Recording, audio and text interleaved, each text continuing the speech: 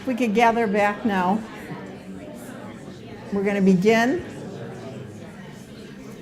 We can grab a seat again.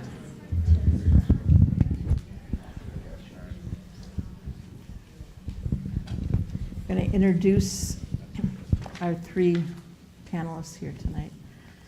I already mentioned Bob, excuse me, I need my glasses. Bob Huck, who served in a variety of capacities.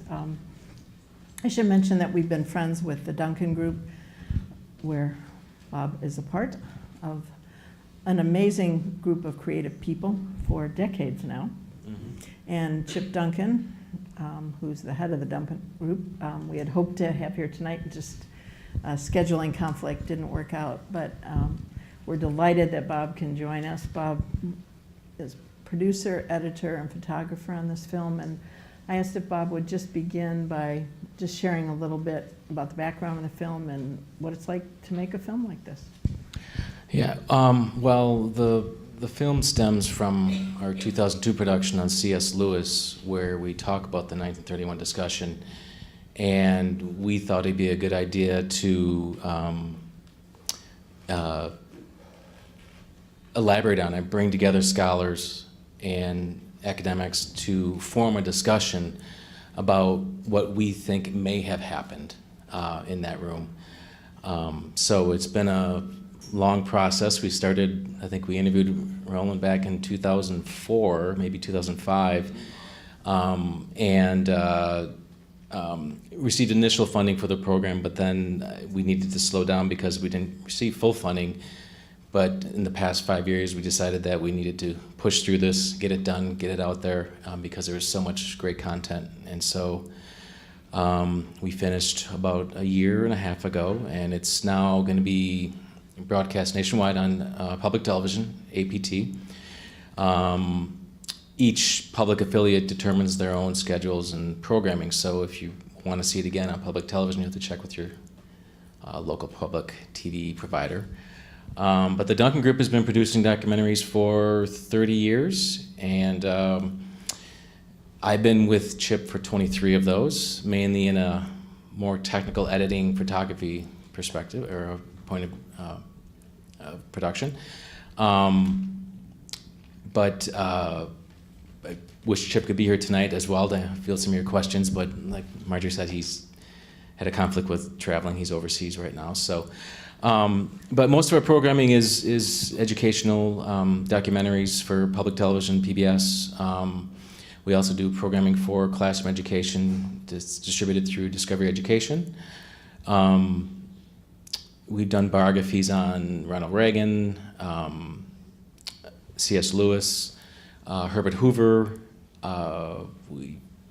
I'm thinking back over all the years. There's countless other, but we mainly focus on biographies, cultural aspects, and history. So, if you have any questions related to the actual production, I will try to field your questions. The content, that's why we have these two gentlemen. There's no way I'm gonna. I mean, we've been producing this for how many years, and I can't count how many times I've seen it.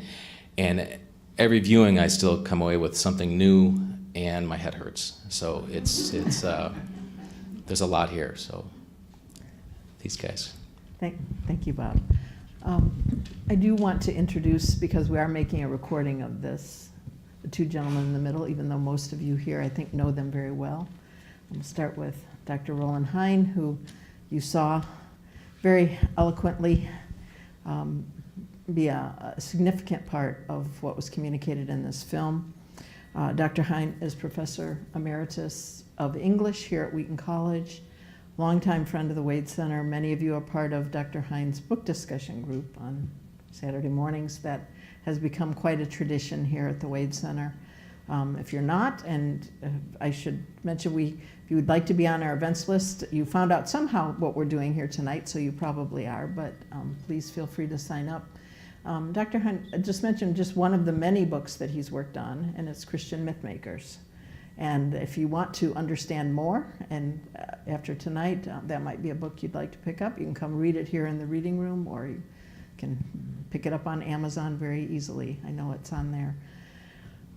Dr. Jerry Root, also longtime friend of the Wade Center, and Jerry is professor of evangelism here at Wheaton and director of the Institute for Strategic Evangelism. Did I get it right? And Jerry, like Dr. Hein, they've just contributed so much to the Wade Center from its very earliest years. And but I also want to just mention someone who's not with us tonight, but was with us in the film, and that's Dr. Christopher Mitchell, our former director and good friend of all of us up here.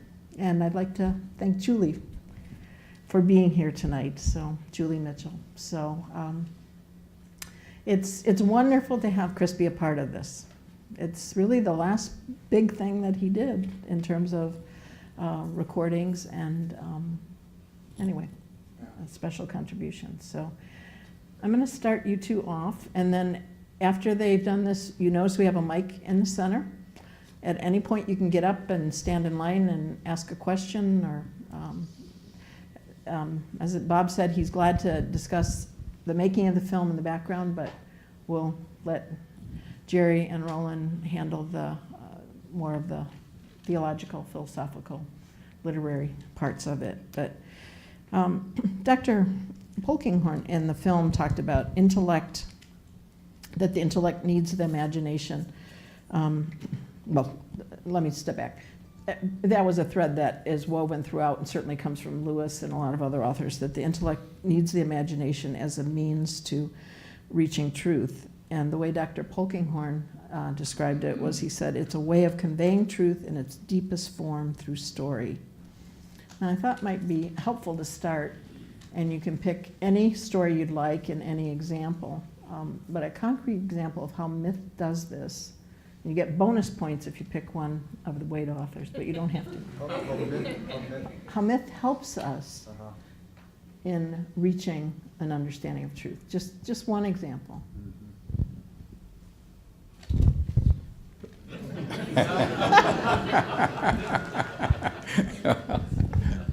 Well, I will draw on the writings of George MacDonald right away, because I think he is a master myth maker. It's important to understand when we're talking about this sort of thing that we're talking about an imaginative experience. We're talking about something that's quite beyond the reach of the purely rational mind to grasp. Isn't it Lewis that defines myth as the translucence of the eternal in the temporal? Myth to me is a certain aura that is inevitably surrounds truth, eternal truth, which is imaginatively confronted, imaginatively glimpsed in story, in fantasy particularly. Many of you have read some of the fantasies of MacDonald or Lewis, and can recall moments in which there was a flash of insight. You can't articulate it. It's something glimpsed beyond the ability of the mind to articulate. That's myth. The word definition means of the finite. We define a thing by its limitation and its function. It has to be small enough to wrap words around it to distinguish it from other things. So how do you define God if he's infinite? He breaks the category. So you have to use something else. In the Middle Ages, the scholastic philosophers and theologians talked about the way of analogy, using analogy. Jesus said the kingdom of heaven is like. He used simile, metaphor, figures of speech, parable, in order to help people get their minds around something that is greater than that which is finite, or at least get their minds to penetrate some sort of understanding. So you want me to use one of the authors. The great passage in The Voyage of the Dawn Treader, where Lucy is invited to go into the magician's house to find out from the book of spells how she might make the duffel puds, who are really monopods, but they can't get their own identity straight, and I think they're emblematic of we humans, how she might say something to make them visible again. So she comes to the magician's book, and she finds first a spell for making one more beautiful than the lot of mortals. And she wants to say this spell, and she reads the story, but she also sees in the illumination in the side the very actions of a girl like herself standing at the magician's book, and what happens when she reads a story, and everybody focuses on her. Everybody looks at her. Armies are sent. Ships are launched. It's like Helen of Troy, and the world breaks up into battle, and consequently she's ready to say it, and Aslan comes out and rescues her. She moves immediately to the next spell, which is how to listen into what your friends are saying about you when you're not around. And you know, if you overcome some great temptation, and we may fool ourselves to think we did it by virtue of our own effort, she feels like she deserves this one. We all know what that's like. We rush in headlong into the next one, you see. And so she says this, and she ends up hearing what her friends have said about her. One friend particularly who's goaded by her archenemy at school to say something, and she's so broken about it. And now with her broken heart, she reads on further in The Magician's Nephew, and she comes to the spell for the refreshment of the spirit. And it goes on for 3 pages. And she's never read a story like this before. Matter of fact, from that point on, anytime she ever hears a story that she considers a good story, it's because it reminds her of the story she read in the magician's notebook. So she decides she wants to go back and read it, but all the words disappear, and she finds out from this story you can only go forward and not back. And she says, "Oh, my word, what was it about?" And she remembers it was about a cup and a sword and a green hill and a tree. And it went on for 3 pages. The next spell is how to make things visible that have been invisible. And as soon as she says it, Aslan shows up, and he's right next to her. And he says, "Aslan," she says, "Aslan, how'd you get here?" He says, "I've always been here.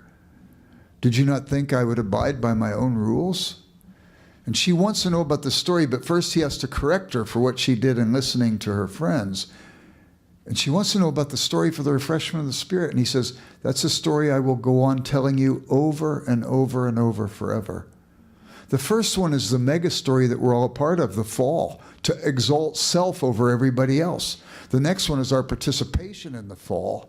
The next one, the spell for the refreshment of the spirit, is the story of the gospel, a hill, Calvary, a tree, the cross, the cup that Jesus drank, and the sword, the death that he died. And then from that point on, you go to visibility and becoming real. And in the Lewisian understanding, that's like the ghosts in the Great Divorce. So there's the myth. There's the story told in the Voyage of the Dawn Treader, but told with other raiment, so that we begin to understand more clearly some feature of the story that we're all a part of. Is that fair, Roland? Understand imaginatively. Yeah. Right. Yeah. Yeah, we can get our hearts around it as well as our minds. Thank you, Jerry, Roland. Does anyone have a question for these gentlemen? Thank you. Go ahead. So I feel like a kid at Walt Disney. Thank you for being here tonight and sharing all this with us. And maybe this is the wrong question for the panel, but I was just curious about the scholars that you chose to comment on this, and maybe the editing and the way you put it, because I know there was some discord going on there, and it was kind of neat to see. Michael Ward was cleaning up some things that the other one said, so I thought it was very well done. But I guess my question is, if Lewis and Tolkien and Dyson were here today, would they have argued with any of the people in the movie?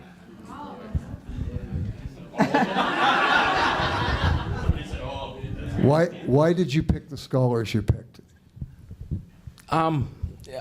Boy, it was a collaboration between Chip and the researcher on our staff, Patty Ostermick, who's also one of the producers. And I don't know if we chose them because of a particular reason. It was more their specialty in each of the fields. How it all came together was years of versions, drafts of the script that, we had a 90-minute version, we had a 60-minute version. We had the 90-minute version used the Lord of the Rings and Chronicles of Narnia to help explain some of these concepts, but when we found out just how expensive it was going to be to license those clips, we quickly dropped that and went back to the 60-minute. But I don't know if I can speak to specifically why these people. That was probably more in the realm of Patty, who is our now since retired, but she did most of the research on the program, and Chip did all of the writing, and it was probably one of the most difficult things that he said this that he's ever worked on in his career. Yeah, it was just him putting it all together. And the Wade Center, and Chris Mitchell was a major influence and guiding light through the whole process. So it was. The other thing, too, it seems to me the dialogue, not having all uniform voices, makes for a more interesting film, and it also causes us to have to wrestle with the tension, and it brings, in some ways, clarity, I think.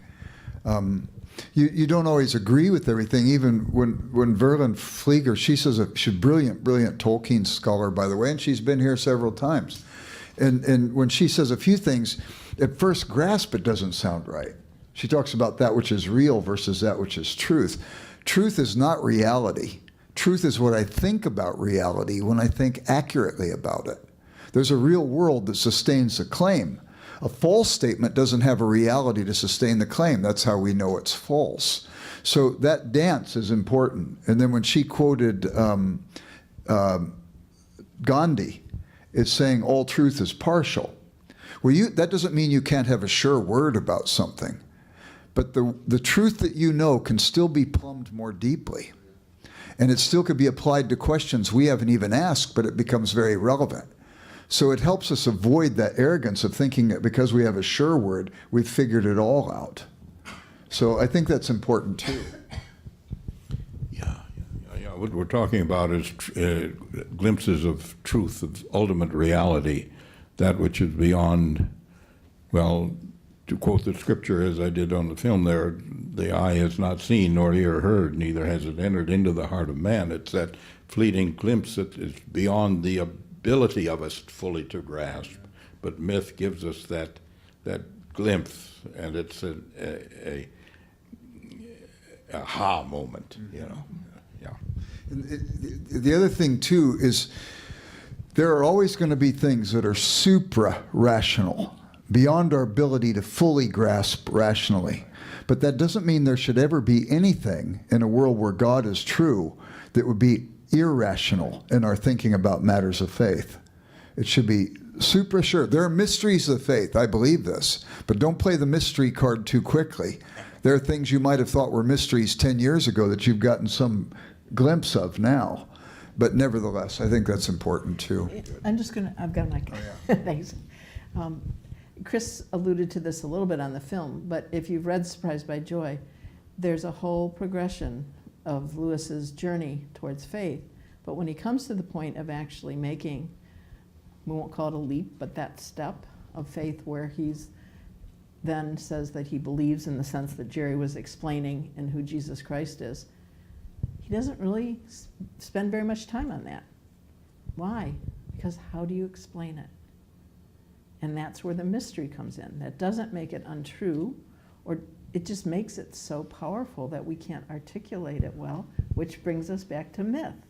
That's one of the ways that we explain these things. You talk about, sometimes when I'm talking about Narnia and teaching it, you talk about the character of Aslan, and in the attributes of Christ that he's embodying in the story. But Lewis struggled in his own life, he said, growing up with the idea that he was supposed to love God. And so he was using this in the same way. If you say, you must love God, you must love Jesus, that can kind of freeze your feelings. But if you're reading the story in Narnia, you begin to love Aslan, don't you? And so what happens there is you're beginning to feel and experience a sense of love for Aslan and also his love for the children, the people in the story. So that's where myth and story, it begins to embody and bring it alive and evoke it. There's the philosopher Mortimer Adler. He was the editor-in-chief of the last edition of the Encyclopedia Britannica, and he was the editor of the Great Books of the Western World and popularized Great Book education. Adler said, with truth, we see that there are three facets, not three separate truths, but three facets of truth. The first is the descriptive, what it is. Second is the poetic, what it means. And the third is a prescriptive, what I should do. So I take my body to the doctor. He or she looks at my body, sees some symptoms, and they tell me I've got such and such a disease or such and such a problem. The Greek and Latin derivatives of the word the doctor uses may be descriptive and accurate, but they don't connect with me. So I say, Doc, what do you mean? And the doc, usually at my age, talks about plumbing, compares it to plumbing, uses an analogy of plumbing. And so I get now what it means, using it's like this. And now what do I say to the doctor? What should I do? There's the prescriptive, the moral implication of truth. And sometimes that's where the faith really has to kick in, because I may understand it in my head. I may even understand what it means. But am I willing to do what the prescriptive feature is? Thanks, Jerry. Other questions?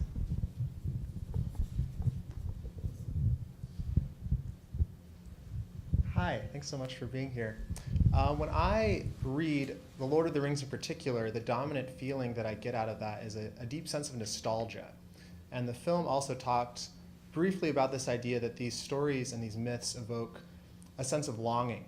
And I was just wondering if you could comment on the relationship between myth and nostalgia, and why is it that these stories bring up these feelings of longing for something that often we don't even really know what it's for, but these deep feelings of nostalgia. Great question. Lewis would say it's because we were meant for another world. Nothing in this world satisfies us.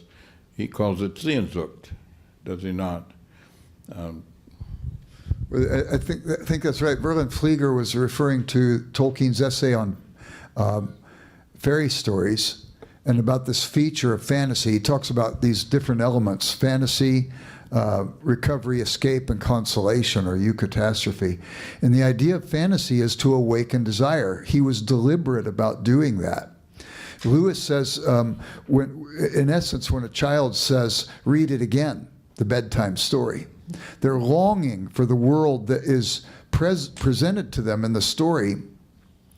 And he says it awakens in us a longing for the only other world we could ever really know, which is heaven.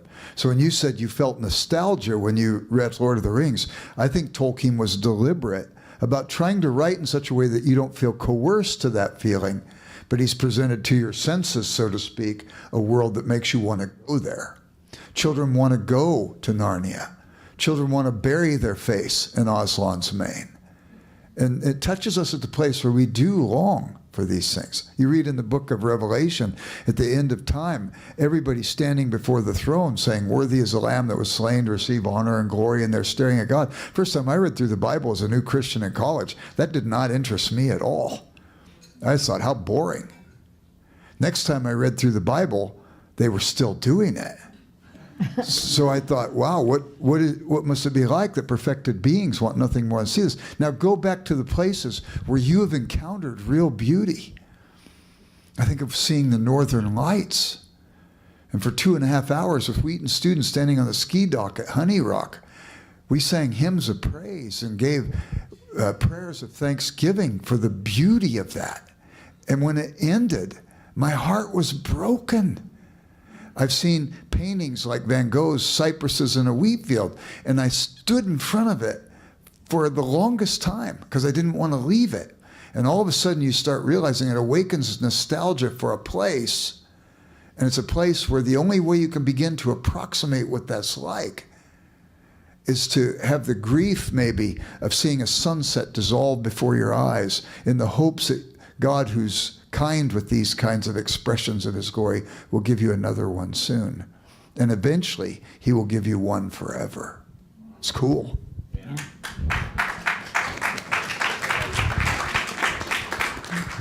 Chesterton talks about being homesick at home. Yeah. It's the same sense, that longing. We have time for one more question. Can I just add a quick comment to that? Yeah. We'll have a She should have comment been and a on, question. she should have been on this panel because she's the campus Tolkien scholar. I did want to mention something about Tolkien. Weight of glory for Lewis, too, though, doesn't it say, God willing, one day we will enter into the pages of the New Testament, which are rustling with the promise that one day we can be one with beauty.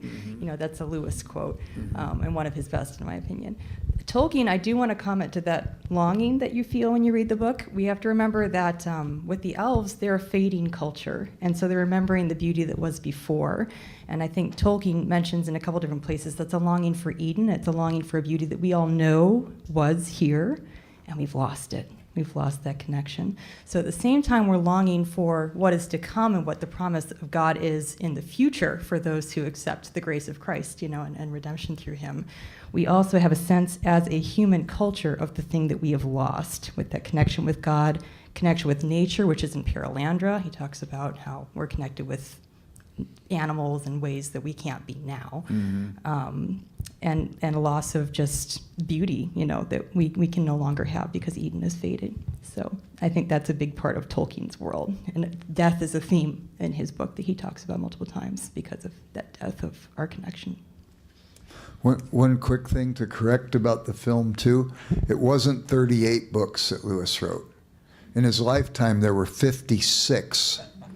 And until that book on the imagination that Walter Hooper just recently edited, there were 73. He wrote all those other books after he died.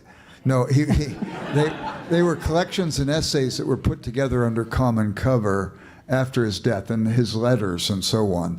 So there's 74 books right now that he wrote. And then among the Inklings, Diana Glyer, who's the great Inkling scholar at Azusa Pacific University, she said they wrote among themselves 365 books, reading them to each other as they wrote and so on. It's amazing. We're just pea brains, people. One last question? Taking a slightly different approach to the discussion, is sin the negation of myth, the twisting of myth, are both motivated by pride?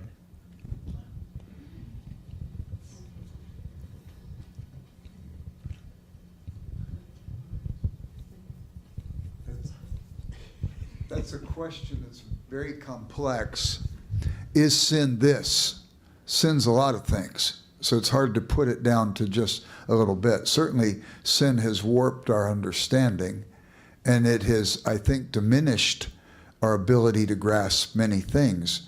But remember, it was in a fallen world that myths first emerged. So in some senses, grace is even breaking through in that fallen world.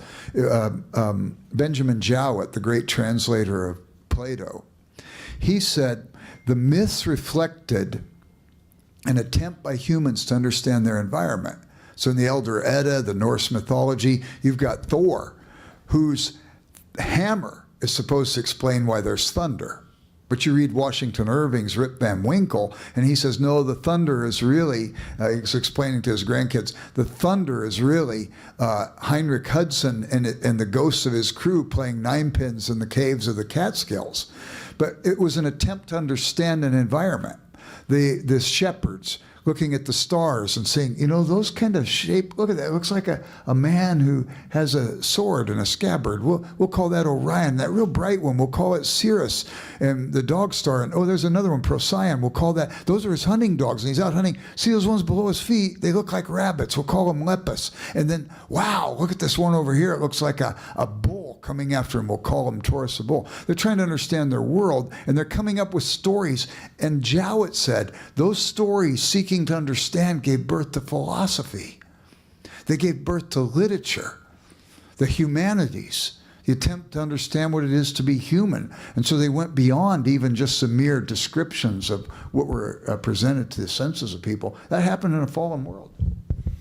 Yeah, it's important to say that all things are fallen. I mean, all things are tainted by sin. Every story that is mythic is a fallen story. but there are flashes of truth and insight in it, yeah. And something else along that line, too. Tolkien, of course, was very upset that Lewis just put these unrelated myths in his Narnian books. You know, he's got dryads, and he's got Greek myths and Norse myths, and he's got Santa Claus even in there. You know, what's going on here? But Lewis really believed what Tolkien had told him. That he came to the conclusion that the myths were for the pagan world what the Old Testament was for the Jewish world. They were tutors to lead him to Christ. So let's throw them all in the story. And let's see how they all have a way of opening up our imagination. And when the imagination is liberated as best it might, it's going to come to this refreshment of recognizing that the myth has become fact. Mythos just means story in Greek.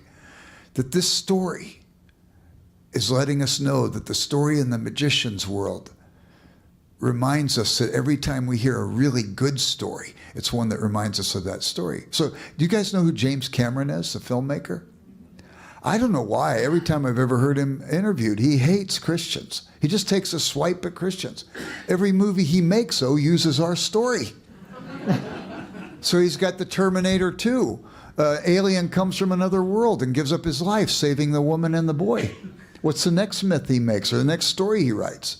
Titanic. He spends more money on any movie than was ever spent making a movie. $200 million. He builds a set a quarter the size of the real Titanic. He's got special effects. He's got box office draws. Leonardo DiCaprio, Kate Winslet. He's got Celine Dion and her ascendancy doing the music. And what happens? Jack, who wins a ticket to the doomed ship, goes immediately to the bow of the ship, makes the shape of the cross and says, "I'm king of the world."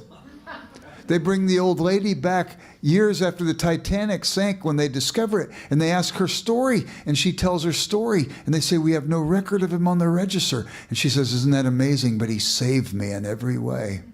He could have told any story, but he used our story in that movie. What's the next movie he makes? Avatar. A guy takes on the flesh of that world and goes into that world to save it. What does Avatar mean in Sanskrit? Incarnation. The story works because it happened. Well, let me thank all of you for coming. And by the way, Bob was hoping to bring some DVDs tonight, but they aren't quite in his hands yet. So we will be having them available, one, for you to come if you'd like to just watch this again. Do talk to WTTW about broadcasting it on our local PBS station. If they get requests, they will hopefully do that, schedule it. But also, if you wanted to purchase it and use it or have it at home, we'll have them at our little bookshop. And let me thank Bob and the Duncan Group for making this possible tonight. Thank you.